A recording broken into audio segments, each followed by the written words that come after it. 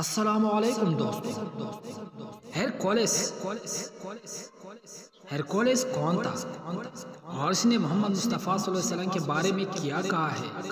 ایک حیرت انگیز کہانی۔ نبی کریم صلی اللہ علیہ وسلم کے دور میں ہرکولس روم کا بادشاہ تھا۔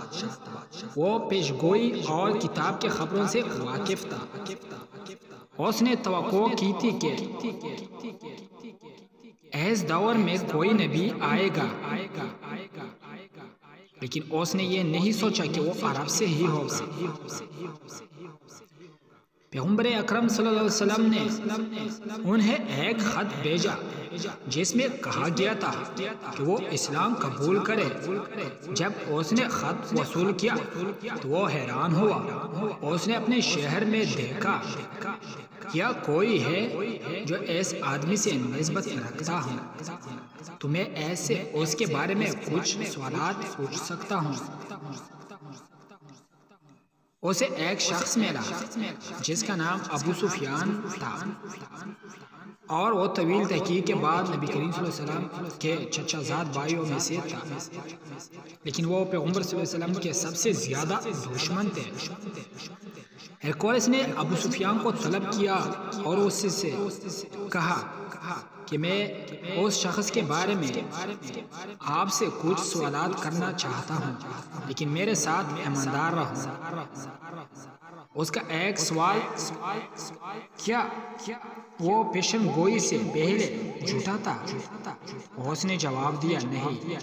پھر ہرکولس نے کہا جب کہ وہ لوگوں سے جھوٹ نہیں بولتا، اس کی زیادہ وجہ ہے وہ اللہ سبحانہ و تعالیٰ کے حوالے سے جھوٹ بولنے سے استثناء رکھتا ہے۔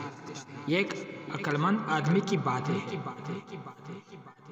کوئی شخص اپنے پیشن گوئی سے پہلے 40 سال کے دوران اتنا ایماندار کیسے ہو سکتا ہے؟ اور پھر وہ تاریخ کے بڑے جھوٹ کے ساتھ آیا اور نبی ہونے کا دعویٰ کیا، ایسا کبھی نہیں ہو سکتا۔ ابو سفیان سے پوچھا گیا، کیا اس کے خاندان میں کوئی بادشاہ رہا ہے؟ اس نے جواب دیا، نہیں۔ لہذا اس نے کہا، اگر اس کے والدین میں سے کوئی بادشاہ ہوتا تو میں اس کے بجائے یہ کہوں گا کہ وہ اپنے والد کے تحت مانگ رہا ہے۔ ہرکولس نے ابو سفیان سے پوچھا، کیا وہ غدار ہے؟ اس نے جواب دیا، نہیں۔ انہوں نے کہا، اور اس طرح نبی تھے، وہ غدار نہیں تھے۔ ہرکولس نے ابو سفیان سے پوچھا، اس نے آپ کو کیا کرنے کا حکم دیا؟ انہوں نے جواب دیا، اس نے ہمیں حکم دیا ہے کہ ہم اپنے رشتہ داروں سے اتحاد قائم رکھیں، صدقہ کرے، پاک بازی کرے اور اللہ کے بندگی میں سے شریک ہوئے بغیر ہی تنہا عبادت کرے۔ کچھ سوالات کے بعد ہرکولس ایک گواہی کی گواہی دیتا ہے جو تاریخ میں محفوظ ہے، اور اس کا اعلان کتابوں میں کیا گیا ہے۔